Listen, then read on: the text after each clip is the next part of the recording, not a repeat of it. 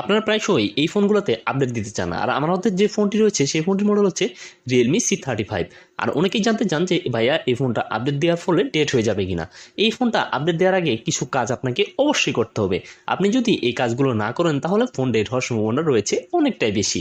So আমি আজ আপনাকে বলে দেবো যে কিভাবে আপনি এই ফোনটাকে ডেট হওয়ার হাত থেকে রক্ষা করবেন এবং কিভাবে একদম নিখুঁতভাবে এই ফোনটাকে আপডেট করবেন।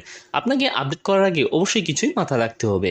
তার মধ্যে প্রথম যেটা হচ্ছে সেটা হচ্ছে আপনাকে অবশ্যই ফোনের 50%-এর উপরে চার্জ রাখতে হবে।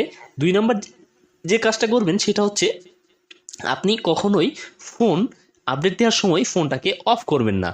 3 নাম্বার যে কাজটা করবেন সেটা হচ্ছে আপনার ডাটা ইন্টারনেট কানেকশনটা যাতে একটু হাইলি স্পিড থাকে সেই দিকে একটু খেয়াল রাখবেন।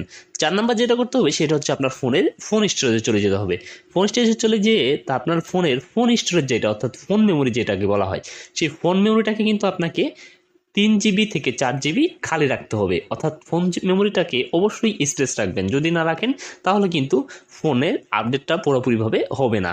সেক্ষেত্রে আপনার ফোনটা অফ হয়ে গেলে আর অন হতে চাইবে না, রিয়েলমি বা অন্য কোনো লেখায় এসে আটকে থাকবে। সো তারপর আপনাকে যেটা করতে হবে, যেভাবে আপডেট দিবেন সেইটা আপডেট দেওয়ার জন্য আপনি সেটিংসে চলে যাবেন।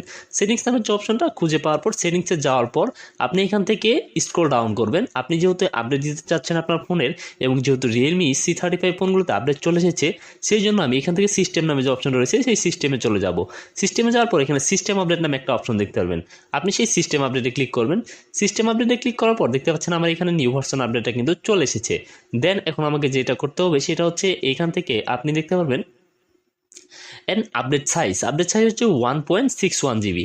এখান থেকে এই যে রিসুম নামে যে অপশনটা রয়েছে বা এখানে কন্টিনিউ নামে একটা অপশন লেখা থাকবে, আপনি জাস্ট কন্টিনিউতে ক্লিক করে আপনার ফোনের আপডেটটা দিয়ে নেবেন। আপডেটটা দিয়ে নেওয়ার পর এখান থেকে দেখতে পারেন ইনস্টলিং সিস্টেম আপডেট এবং সিস্টেম আপডেট ডাউনলোড।